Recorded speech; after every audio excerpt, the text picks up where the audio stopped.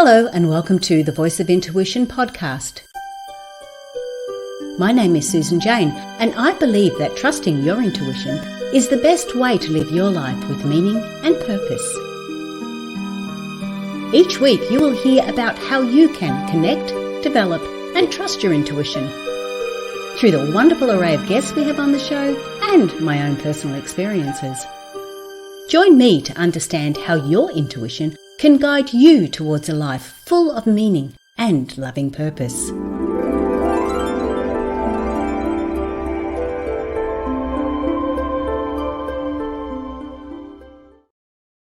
Hello and welcome to the Voice of Intuition podcast. My name is Susan Jane and I'm your host for the podcast. Now today we have a very exciting guest on board. Now with Kelly, she has gone through what really resonated with me with Kelly is that she's gone through very similar things to what I've gone through. And I just love that she's using this online dating swipe right effect type thing to promote her book, what's her book is about. But yeah, it really resonated well with me because I went through the long marriage and then the divorce and then the what next, wanting to have a relationship, but not really wanting to have a relationship, but wanting to have a relationship, but not really wanting to, like we do. So I really resonated with what Kelly was sharing with her because it is, we look for love in different ways. And it's so different from when I first started dating as a younger, 20-year-old type thing to what it is now. So I'm really looking forward to this. So welcome on board the show. Kelly, how you going? Hi, doing great. Thank you. That's good. And apparently you've had a few podcasts today because, of course, Kelly's in the USA. So it's afternoon for her or even early evening, isn't it? Mm-hmm. Yep, 6 p.m. Yeah, and it's early morning here for us. So she's had a few podcasts on today, so she may need a couple of glasses of water as we're going. Might have been talking a lot. But look, the first thing I like to ask is a bit more about your life, just your life in general, how you got to where you are, because then I want to go in a little bit deeper about the situations that you had and how you got through them. So we just want to get that overall general understanding of point A to point B type thing. Okay. Well, I was married 31 years and we had 3 children and I was a small business owner. I started with a partner and we owned online newspapers in our Middle Tennessee area. And we had built that up. My partner exited, so I was sole owner. And in 2017, we just had this like trifecta of change. My youngest daughter graduated from college, so all of the kids were gone. My husband and I were getting a divorce, and I had to sell my business because of that. And it was overwhelming to think about who am I, what am I going to do? Everything that I related myself to the outside world had gone, and I just didn't know my what's next. And I just had to start working through that and healing. I hiked the Camino de Santiago, a 500-mile hike in Spain. I actually met somebody from Australia on that hike. And that was the beginning of my healing. And then fast forward to writing a book in 2022. Right. And it does sound very, very similar to my story too, because I was only a 20-year marriage, but my youngest was heading off to university.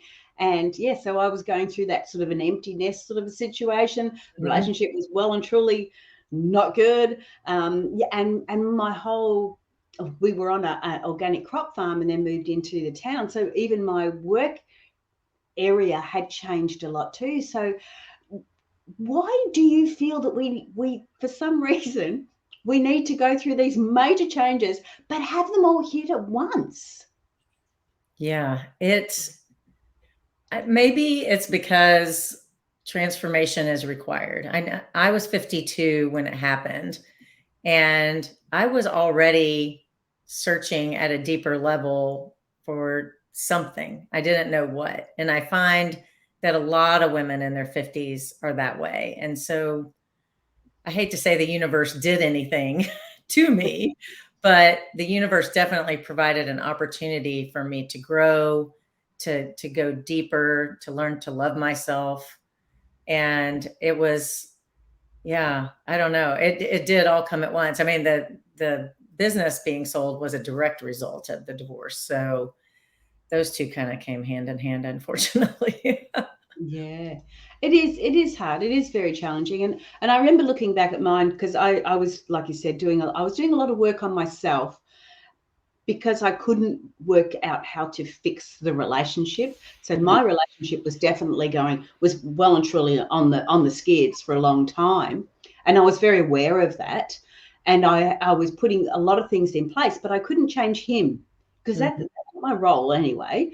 And that's not my expectation had to change. So I could change myself, and that's what I started to do. I started to change myself. But of course, as we are changing and transforming, and if we're not doing it as quick as the universe wants us to do it, or we yet still haven't taken that next step, the next plunge. Yep. And they normally do that, and that's what it is. But I also think sometimes when we're going through that stage where we're starting to go, well, the kids have left home, that's when we do start looking at our lives, don't we? Because if you're not happy in your marriage, once the kids leave home, that's what you've got. That's what you've got as a family. I mean, the kids will always be your family, but you've got to really start to look at who you are and what you're doing. So when you got to that stage, what were some of the things that you started doing, and what were some of the things you were experiencing? Well, the hike definitely changed a lot of things for me. It's a spiritual hike, and I learned a lot from the other hikers and or pilgrims as they call them. And I learned about making space for other people. I learned to be a better listener. I and that I feel like learning that lesson made me a better friend, a better mother, a better lover, a better daughter, a better sister. I think, if you're, before I was always just driving forward and driving forward and driving forward. I was just a doer and a go getter.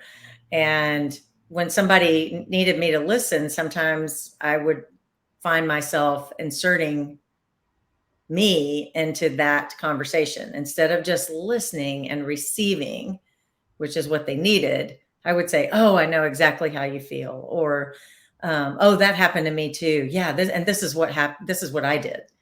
And so that was my greatest lesson from the Camino, was how to become a better listener, and that made me a better boss. And now it's helped me become a coach, that I can listen and not insert myself. I think it was that. And I mean, I deepened my meditation practice, my yoga practice, and I think it just, I went home prepared to deal with the divorce and the selling of the home and all of that.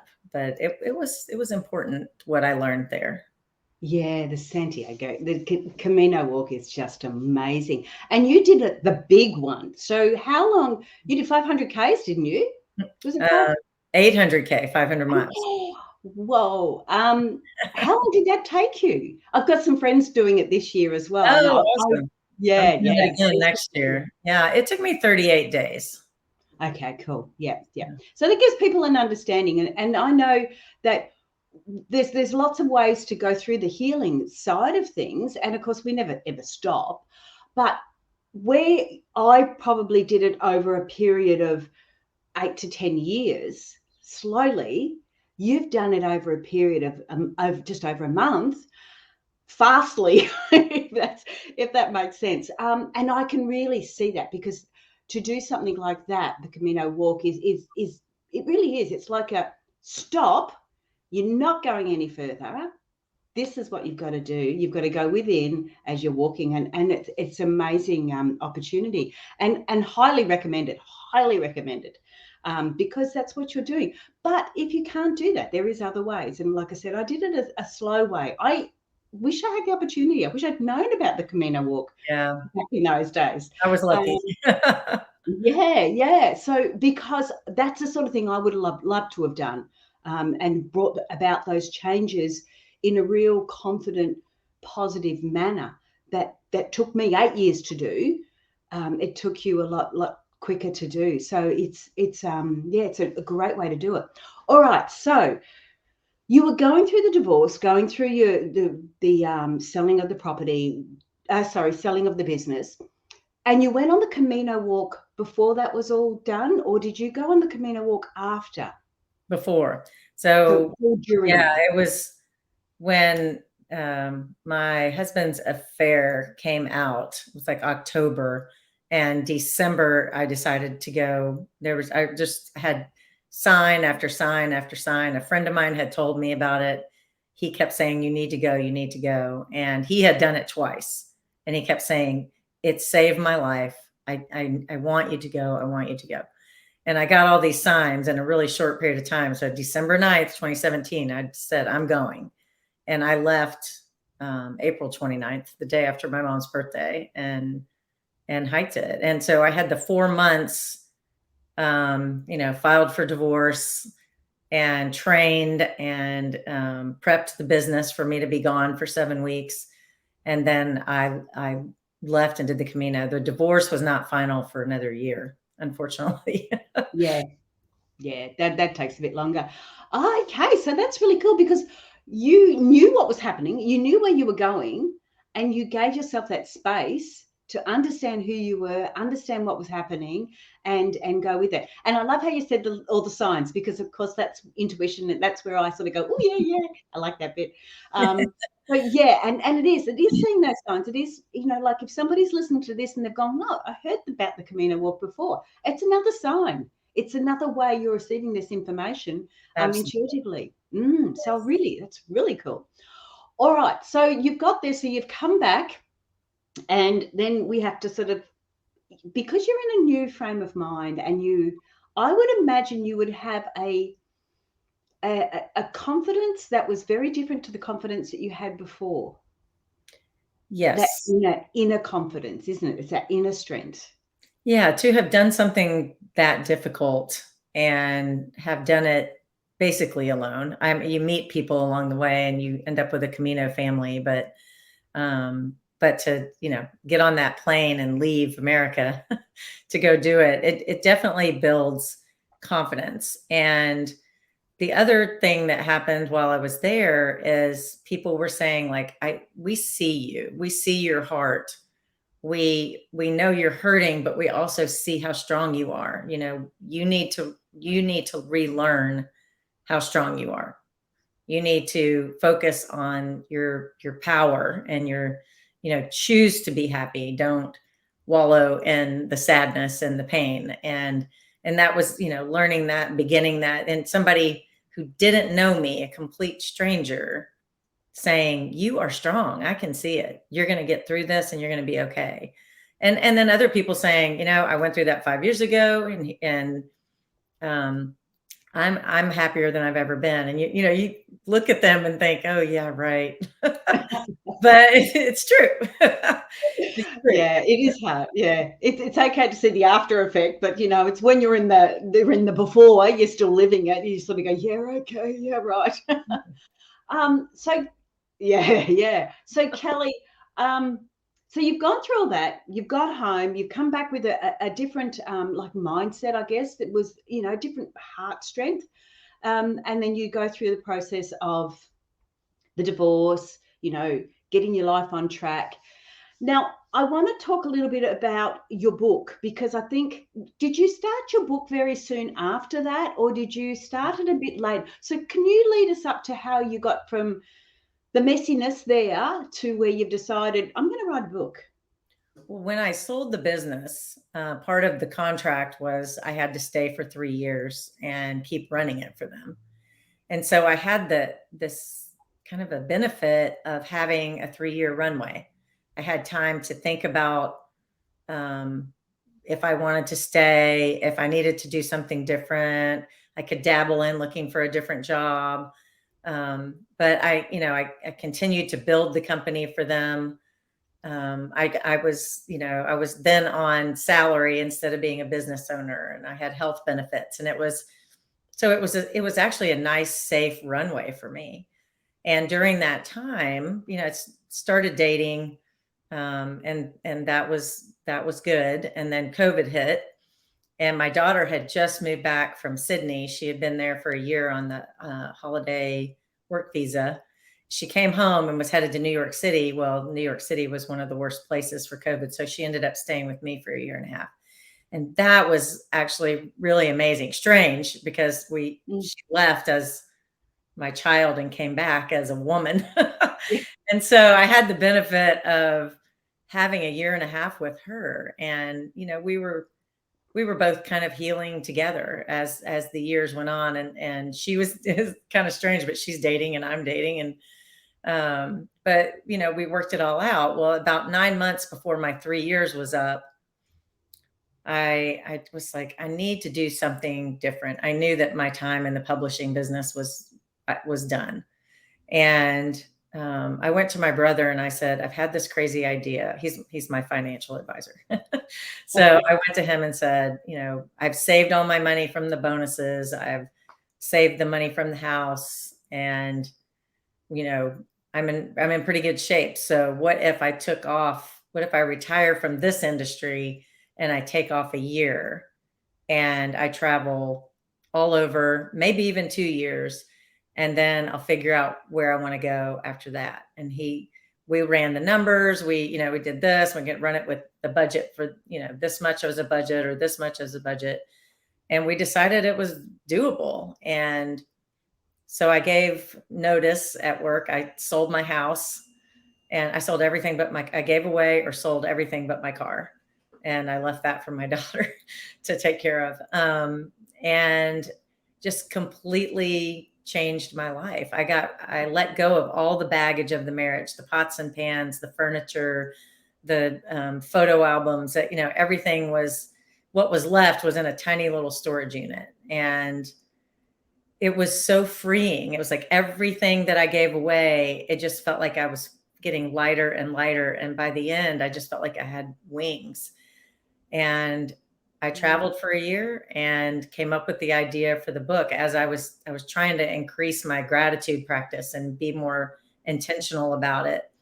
And I started realizing the gifts I had been given by my friends and my family that came as advice or understanding, or and the book became basically a pay it forward.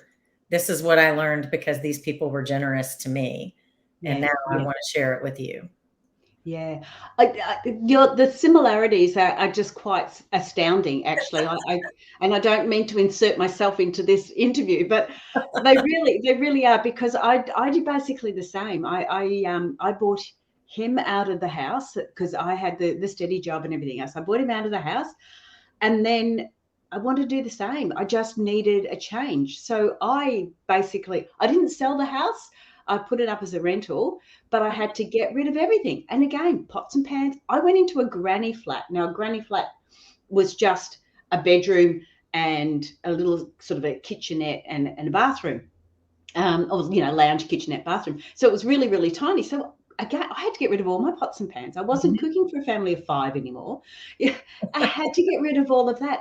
And I really get where you're saying, because it's really cathartic. You get rid of all that. You're getting rid of all the emotions that are attached to it. You're getting rid of everything. And I remember I had a couple of boxes left over, and I looked at them not too long ago, and I looked at them and I thought, they don't mean anything anymore. Right. All those things, those last little bits and pieces that I had to hold on to, I look at now and I go, you know what? They don't mean anything, and they've all gone now. So I just moved and brought stuff out of storage. Yeah. And I didn't have time to look at it because we'd had a family emergency. And so that my timeline had to speed up. And so I took everything out of storage unit, brought it up to Rhode Island. And this past week, I have been unpacking all of those the memories and the photos and not a lot of photo albums, but just interesting things like that were from my grandparents, and I'm really glad I kept those things. Things that had been bought were easy to let go, but I'm in high, now that I have hindsight, I can look and say I am glad I didn't get rid of everything, because at one point I wanted to, and my kids were like, you always really liked that vase from grandma. so Yeah, yeah. so I am It glad and I is. did save my artwork. And so like Oh, that little, yeah. I'm so happy to see that painting. I hadn't seen it in 2 years. So Oh, cool.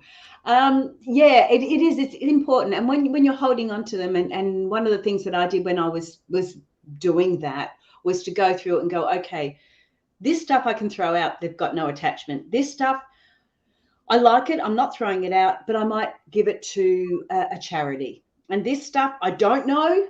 And then the last stuff I want to keep. And I'd go through each room. I think I did each room 3 times until I got it right down to just the stuff I wanted to keep. yeah, Yeah, all and right. it is I like that idea. Going room to yeah, room.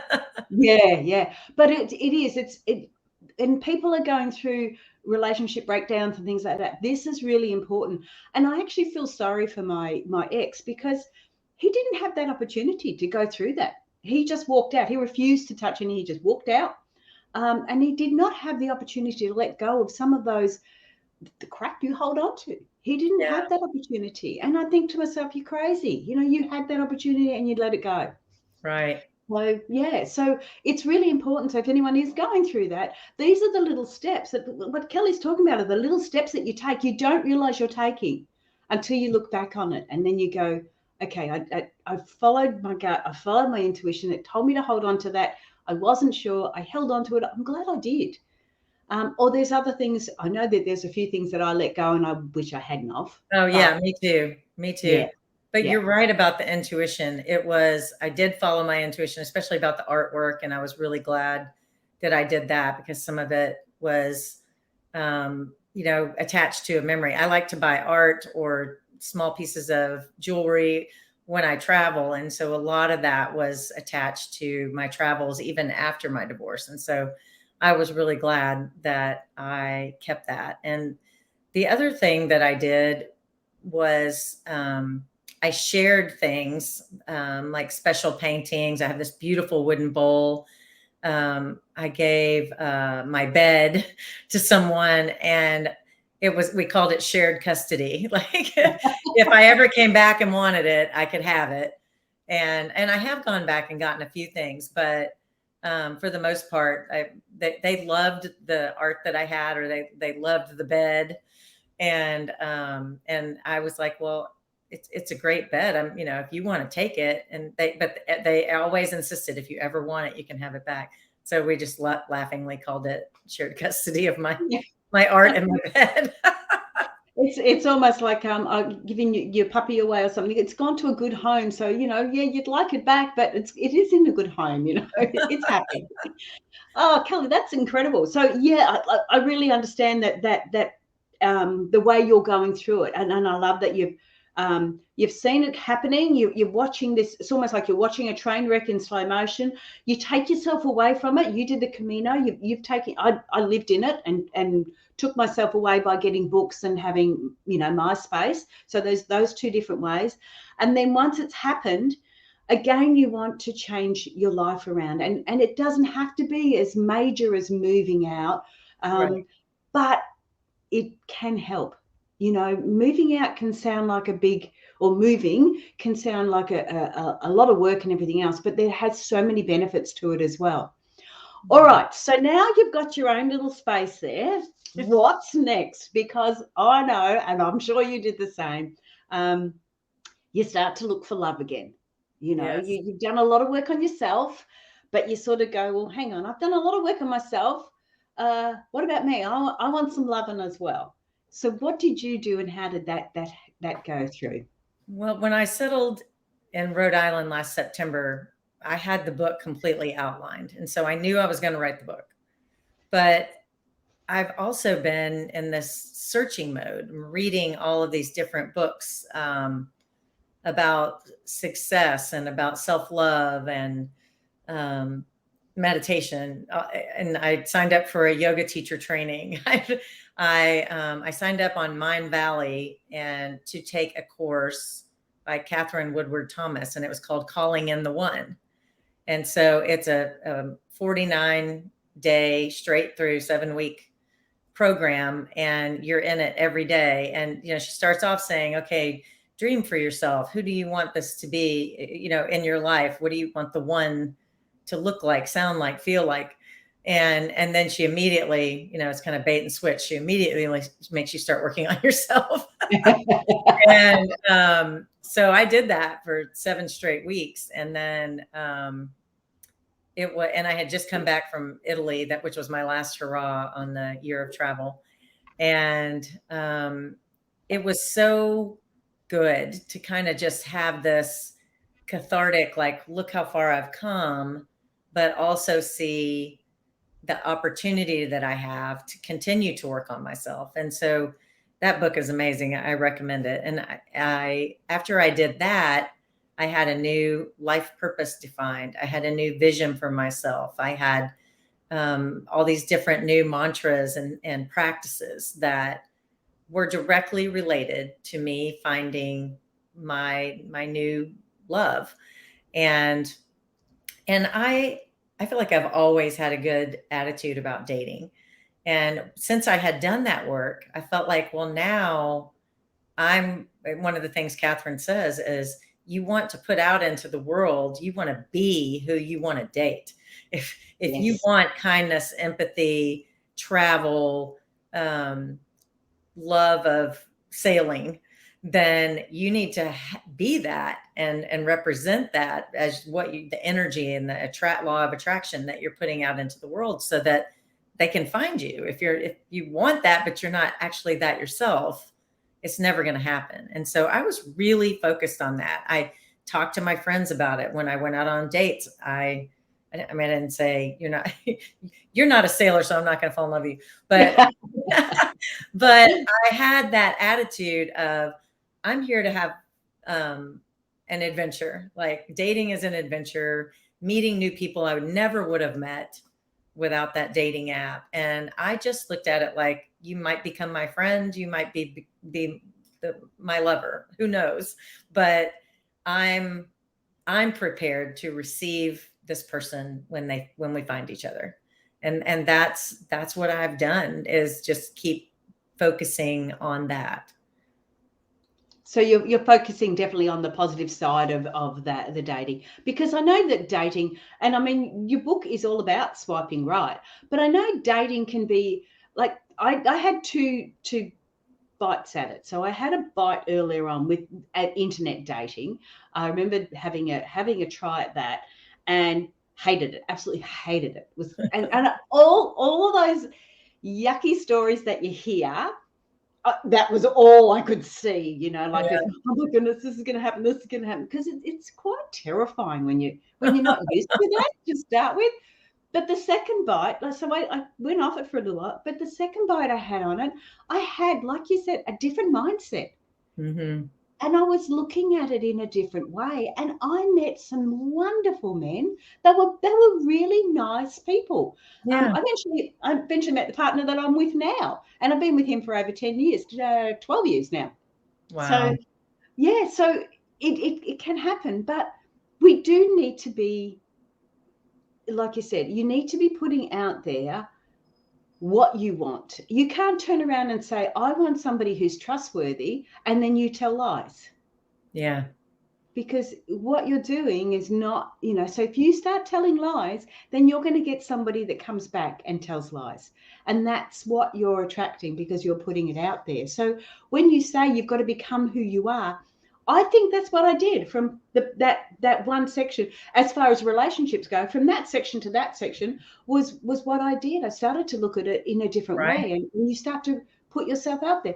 I know I've said to other people in when I've been doing some counseling or coaching with them, is that if you, like you say, love sailing, don't sit in your backyard and pretend that you like it. Get out there and do it, because Yeah, if I you went and want, took lessons. Yeah. exactly, if you want to do sailing, if you want to meet somebody who does sailing, you're better off being out there, and you're more guaranteed to find somebody at least that likes sailing. But sitting Right. in your own home or in your own backyard, you're not going to find that. So, Right. I would say too, the other big change that came over me from the beginning of dating to dating now is, you know, because of what happened and there had been an affair and there had been gaslighting, that there's nothing wrong. You're just working too hard. There's nothing wrong, blah, blah, blah. yeah, I had always been very in touch with my intuition. I followed my gut. Well, with all of that gaslighting, I was like, I didn't know where to go, what to do, what to believe. And I stopped believing in my own intuition. And later, of course, that it comes out that there's an affair, and I'm like, oh, I was right all along. But it still became very confusing when I went into dating, whether to trust my intuition or not. So, later, after I had some healing and I worked on myself, I realized boom, there I am. I'm back in touch with that. I trust myself again. I feel it in my body now when I know it's right. And instead of having a fear that might be wrong, I know what I know and I yeah. feel what I feel. And so now dating is a completely different experience because I trust my intuition. Absolutely. Oh, thank you. Those beautiful words. I love it. Okay, now because I want to start talking about your book now. So, what is your book about? I can't remember the title of it. I thought I had it written down somewhere, but I can't see it. I want to know the title, and I know it's got swipe right in it somewhere along Yeah. the line, and I want to sort of get the understanding of it, like the breakdown of your book. It's called the swipe right effect, the power to get unstuck. And so most people probably know these days, but when you are on the dating apps, you swipe right if you're choosing someone, and you swipe left if you're not choosing them. And right in the beginning of the book, I say, this is a play on words, because the swipe right, I want you to choose yourself. I want you to choose Yes. yourself. I want you to work on yourself. I want you to love yourself. And then once you do that, once you know you love yourself, the effect of that is you take back your power. You become unstuck. And that's when you're really open enough to find new love. If you even figure out that that's what you do want. Sometimes you figure out that's not what you want, or you're not right now. And so it's about choosing yourself. And each chapter is a piece of it. I went to my friends that gave me the advice and said, can I interview you? This is what I want to talk about. When you told me I needed a vision board and what you saw in me. And so every chapter is a piece of advice. And then I interview the person who gave me the advice. And we also hear their story. And they were really open and honest. And I gave them all aliases so that they could be really honest without worrying about offending family members, or, some of them are remarried now. And so, because I'm from Nashville, Tennessee, I gave everybody a country music star name. That's a good idea. So you've got really like it, because so each chapter you've got somebody else that you're interviewing. You've got tips and tricks and ideas and ways to go forward. So it's a real personal development type book. It is. And there's empowerment practices in each chapter as well. So when we talk about, Brandy from Sweden, I met her on the Camino Trail, and she's like, have you ever done a vision board? And I was one of those people, I hate to admit it, but I was like, no, I don't do that. And she was like, all right, you need one if I ever saw it. And she said, what do you want? And I said, I just know what I don't want. I don't know what I want yet. And so she had me pull out my phone, and I opened the notes app, and I started writing down words of what I wanted. I want to travel with my daughters. I want to learn how to I want to salsa dance. Just different little things that I could do. And then it was kind of like, where do you want to be? And so she just had me, because she's like, you're a writer. Let's use words. You don't need pictures Yeah. and a poster Yeah. board.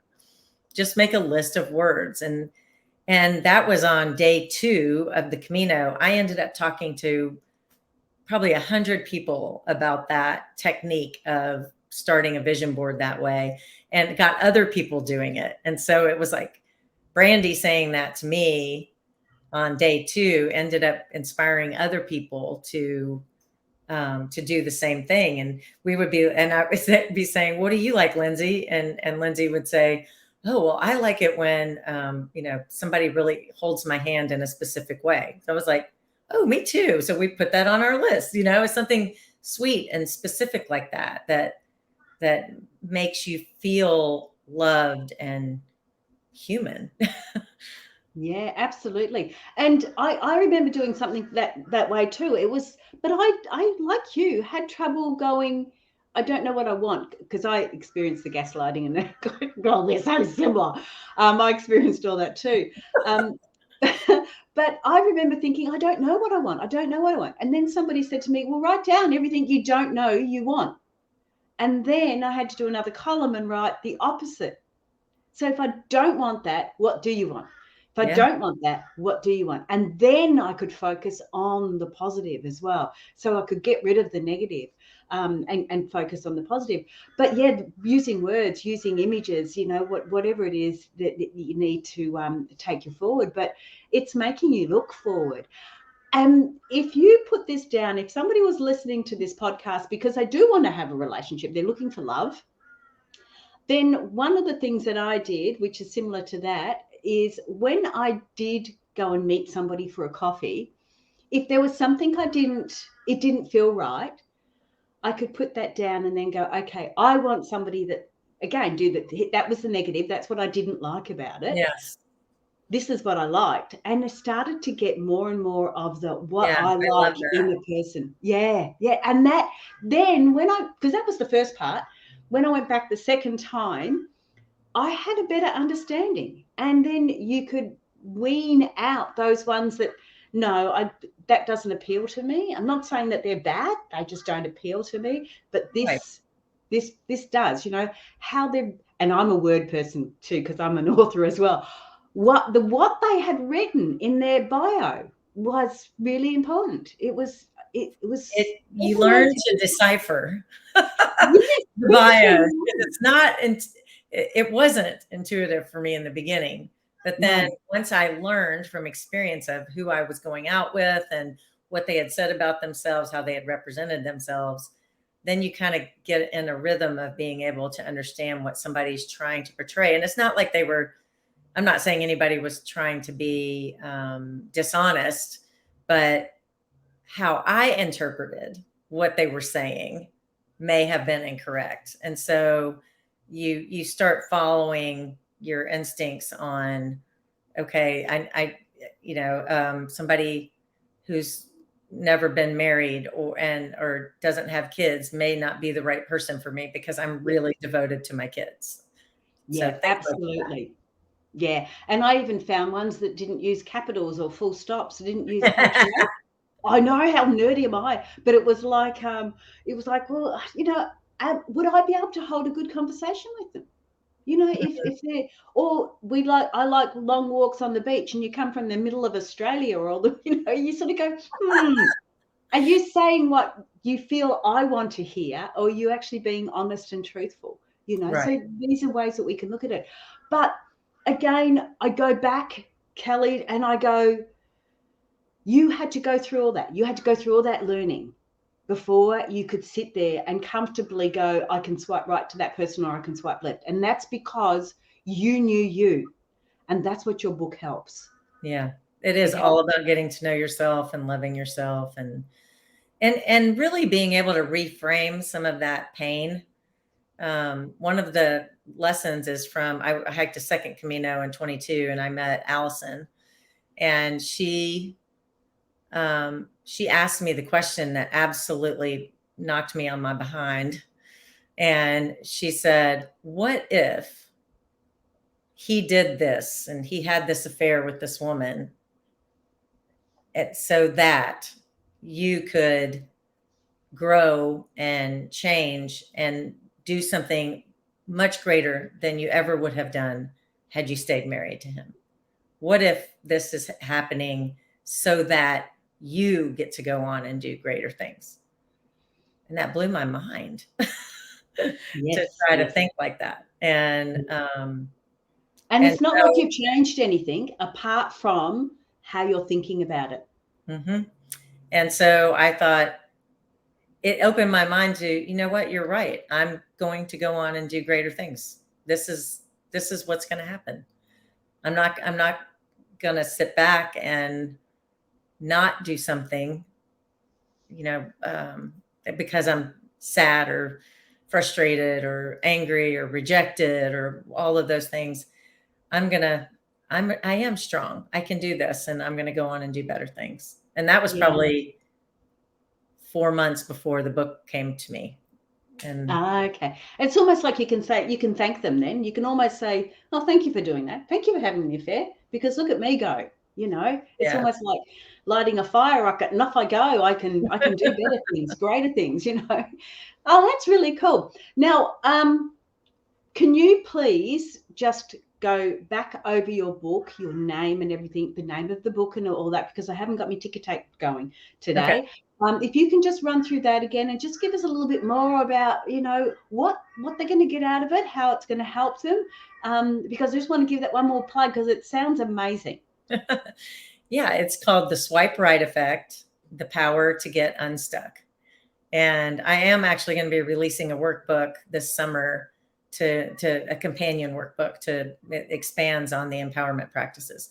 But every chapter is my story, the piece of advice that was given me, and the interview with the person who gave me the advice. And then you hear their story too. So it's my memoir, but it's also 10 other little mini memoirs from 10 different women who've all been through very different things. It's not all just about divorce. It's women who lost their husbands, women who lost their child, um, people who've just been through a very big life change, like a loss of a job or something.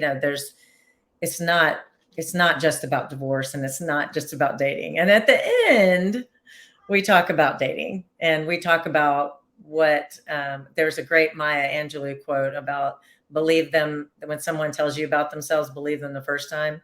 So it's like different dating stories that happened to me, like when I didn't listen to what somebody was telling me about themselves. And at the end, chapter 12, the last chapter, we actually talk about dating and safety things you should do and not do, and how to prepare your profile if you decide to go online. And so really anybody could get a lot out of chapters 1 through 10. And then the last two chapters are really a lot more about dating. Yeah, And it's just available online and Amazon. And there's an Audible version, and it's on Kindle and other online book. yeah, that's beautiful. And there'll be a link to your website in the descriptions here as well, so people can get it from there. Kelly, that was amazing. Thank you so much. I'm really, a bit spun out about how similar our journeys I are. know. It's been awesome. I know. And I did the same. It's like, oh, there's a book there. Let's write a book. Mine's different to yours. But it's amazing how we go through these things, how cathartic they are, how we can improve. And one of the things that I always thought is that the more this is how I feel anyway, the more I'm sharing the tidbits, the information, the understandings that I've got, the more I feel they're helping others, but they're also helping me. They're securing that, because we've learned so much. We've learned so much that we forget it all. I forget a lot of it, and you tend to live it without realizing. So to write it in a book or to share it on a podcast, it just, you get those aha moments and go, oh yeah, that's right, I did that. Oh yeah, Yeah. that's right. It's lovely chatting with people like yourself. Yeah, 100%. And now I've got my own podcast, same name as the book, and it's I want to keep having these conversations. I want to Yes, keep having people on because I want to learn, and just let my listeners come along with me. And yes. that's been really fun. I just recorded episode 13. Not Oh, good anywhere girl. near like you, Susan, but I'm trying. Oh, but and look, podcasts are they're a passion. I mean, it's not like the big high ones that get all the money and everything else. on our level, it's a real passion, and you can hear that in the people that you interview, and it's so nice. I'm usually stuck in this office for a long hours, so it's lovely to actually be communicating with people, especially across the other side of the world, that you resonate with straight away, and it's brilliant.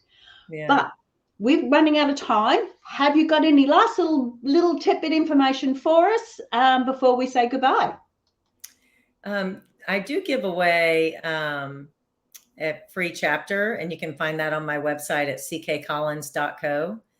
And anybody who wants to try reading the first chapter and see if it's something they want to invest in, you're welcome to it. Beautiful. Thank you for that. All right, so stay where you are, and I will be back to you in a sec. Let me press the right buttons.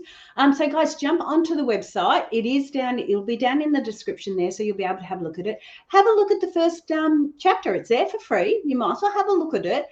And I really feel that even if you're getting the book just for the dating side of it, I really feel you need to go through it step by step. Some of these books that we get, if we can go through and just test them, check them out, have a look. If Kelly says try meditation for all, have a try. Just experience the different things, because it might not always resonate with you, but there might be something in there that you didn't know about that does resonate with you. And even if you sometimes force yourself to do it, like Kelly did with the vision board, when you start to go that way, you sort of go, oh, okay, it's not as bad as what I thought. In fact, it's bloody good. So let's keep going with it. So jump on, grab a look at the book, have a look at the first part, and go from there. I better stop talking because I'm going to run out of time. Have a great week, everyone. And we will see you. Share, like, subscribe to the podcast, and we will see you all next week. So I'm saying bye for now. See you guys.